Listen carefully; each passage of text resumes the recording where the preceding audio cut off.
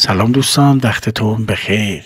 یه شعر پیدا کردم که واقعا حرف دل خیلی هست.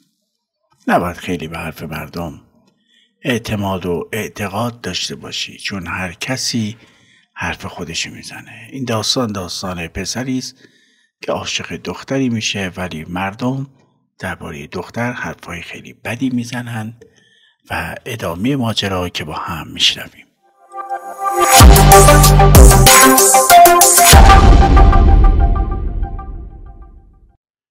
روزی پسری عاشق یک دختر شد. دخترک در دل او ماهرخی دلبر شد.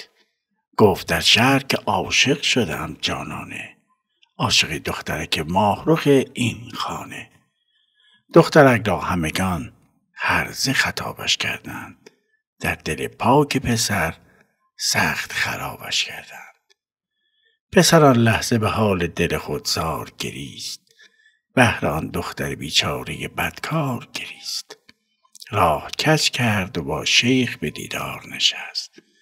گفت یا شیخ دلم در طلب یار شکست. دختری در دل من ماهرخی بی همتاست، در دل شهر ولی نام بدش پابرجاست. شیخ گفتا که بیا دختر خویشم دهمت، دختر خوش سخن و گله میشم دهمت. شرط این است ولی با دگران هم گویی، دختر شیخ برای زن خود می جویی. پسرک با دل خوش رفت از آن خانه شیخ، گفت با اهل محل قصه دردانه شیخ. بعد ماهی پسرک باز در آن خانه نشست، دل بیچارش این بار چو آن بار شکست. شیخ گفتا چه شده خنده نداری بر لب، نکند دختر من را تو نخواهی امشب. پسرک گفت که دردانی تو خیره سر است، کل این شهر ز احوال بدش با خبر است.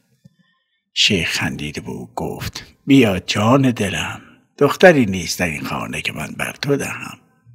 حرف مردم که شنیدی مکن آن را باور، بنشین تا به تو گویم چه کنی با دختر. نزد آن ماهرخ رفتی آن را تو بگیر، و برای دل دیوانش هر روز بمیر.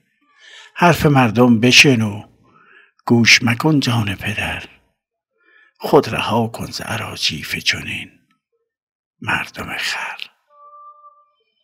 موفق و پیروز باشید.